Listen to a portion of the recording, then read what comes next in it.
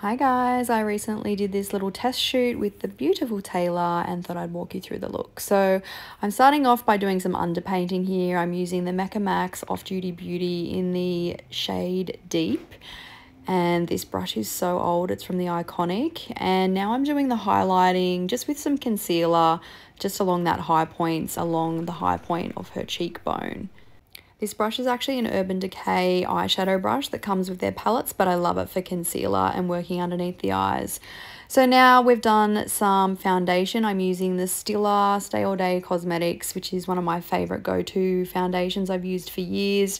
I've actually mixed a little bit of a liquid luminizer through this. Off camera, I already put a light wash of the MAC Pro Longwear Paint Pot in the shade Lay and Low Down, and I'm working in the Too Faced Sunset Stripped eyeshadow palette using only the matte neutrals in this palette. So we're doing a completely matte two-toned eye. And the brush I was using was a Crown brush, and this one is a Tennille J brush, and it's probably not being currently used for its intended purpose, but I tend to do that with makeup brushes. I've done a bit of this waterline off camera because I needed two hands and I'm filming with the other one, but I'm using the Kryolan cream liner in the shade Cacao, and the brush is a Crown brush C212. Now, I approached this one differently in the sense that I started shading underneath the eye with a dark eyeshadow. This is just out of the Natasha Denona palette, just so that it's linked into what will be a wing eventually. So I guess I'm doing a reverse liner. It didn't really make a difference, to be honest. I probably wouldn't do this method again.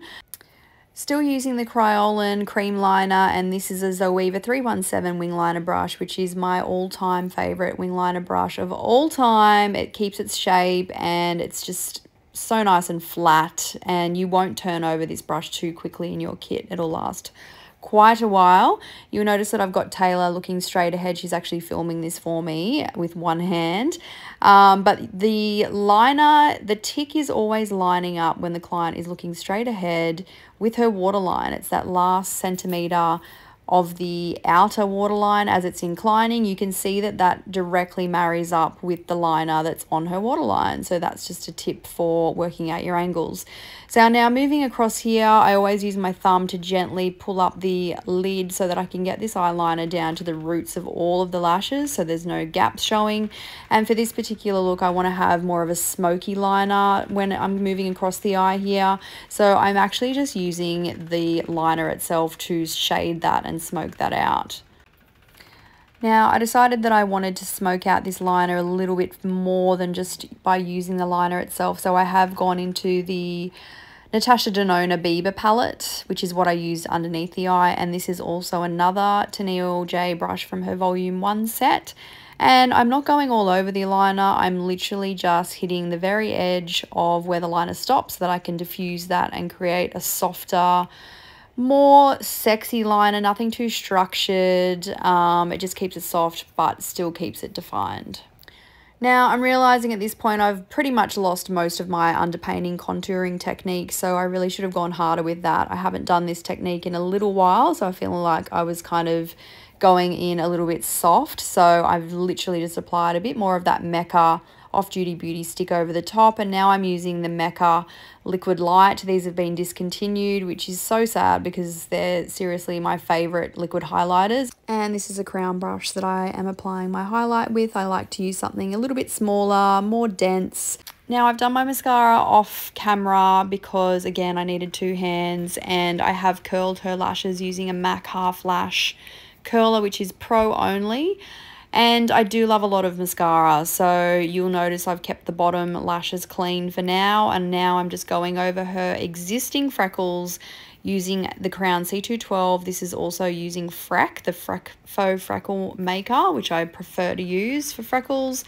And then we've moved to location. We're actually going to do the shoot. We actually did the makeup at my house because there was no aircon at the studio. So I'm just finishing off these inner corners of the eyes. I purposefully left them until the last minute, until we're about to shoot, because even though Kryolan is really long wearing, I still find that the inner corners do bleed a little bit as the day goes on. And I'm using that same Crown C212 brush, which you definitely need this in your kit because it's just the perfect size. You can see the technique here. I'm literally putting the tip of that brush almost in the corner of her eye, like almost inside her eye. And it's tiny little motions because I don't want this to be, you know, messy. I'm getting her to look straight ahead. She's definitely not going to be looking up for this. And lol at me, checking her pulse at the same time. So we're still back here doing some inner corner work. I want them to be super sharp and precise, but you really do need to know when to put the brush down in case you mess it up. So I've lined her lips off camera using MAC Oak is the shade, with a tiny bit of cork just on the cupid's bow and the bottom lip just in the center. This is a Merton Murami brush. He's a makeup artist from Melbourne. I really love this lip brush because it's nice and big. It's not a super thin brush.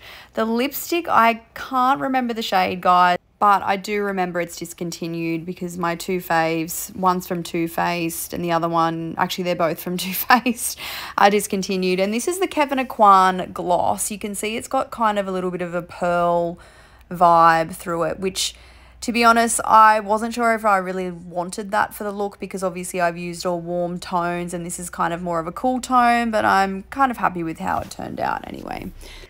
And now we're shooting. So this is Taylor in action, looking like a snack. Shannon Williams did the hair for us and the model used her own wardrobe for styling, and Connie is doing the photos. So quick look at the photos here on screen.